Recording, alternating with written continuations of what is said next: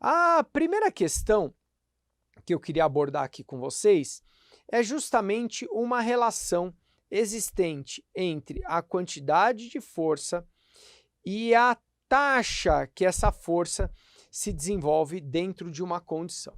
Para isso, eu vou usar um exemplo muito simples, tá certo? O exemplo 1 é o seguinte, eu vou colocar aqui uma rede de vôlei, e nessa rede de vôlei eu vou colocar de um lado um atacante, nos meus desenhos ridículos,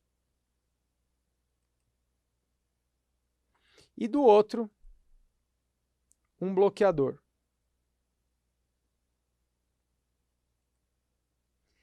Dentro dessa questão, a gente sabe que essa bola vai passar ou ficar nesse bloqueio por um aspecto de magnitude de força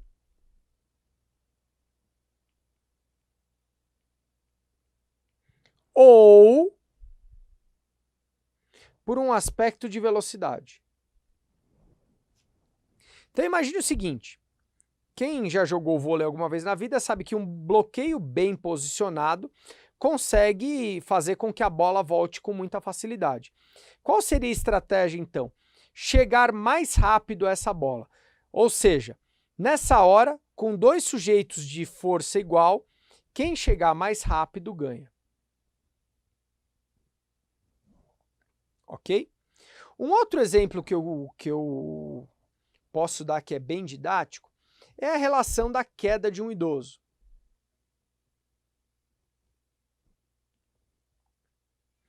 A queda de um idoso depende da falta de força.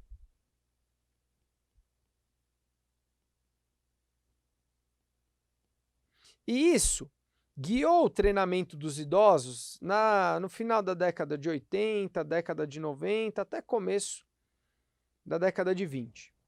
Tá? O fator maior é que idosos aumentavam força e continuavam caindo. O que significa isso? Se eu preciso produzir uma quantidade X de força, o que vai determinar ficar em pé ou cair, numa linha de tempo, é o quão rápido eu consigo gerar essa força. Uma vez que a queda acontece em um intervalo de tempo. Se eu começar a cair e eu demorar mais tempo para produzir força do que o meu corpo para cair, eu caio. Em contrapartida, se eu começar a cair e eu produzir rapidamente força ao ponto de conseguir preservar essa queda, eu consigo talvez recuperar o equilíbrio e impedir a queda. Se a gente for olhar para isso, nós estamos falando de condições muito presentes na nossa vida. Por exemplo, quanto de força eu tenho entre o toque do meu pé no chão e o empurrar do chão para trás? Isso vai depender do tempo que o meu pé fica no chão. Se isso acontece em aproximadamente 700 milésimos de segundo na marcha e pouco mais da metade disso é absorção e o resto impulsão, o que a gente tem que imaginar aqui? Que eu tenho entre a passagem do meu corpo sobre o meu pé 300 milésimos de segundo para produzir a minha força. Tá, e se eu não produzir em 300 milésimos de segundo? Se eu não produzir, eu descolo o pé do chão. E descolando o pé do chão, eu posso até continuar produzindo força, mas se eu não tiver contato entre esses corpos, essa força não tem eficiência nenhuma.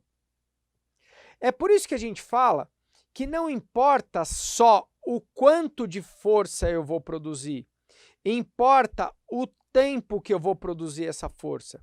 E a relação força-tempo é conhecida como taxa de desenvolvimento de força.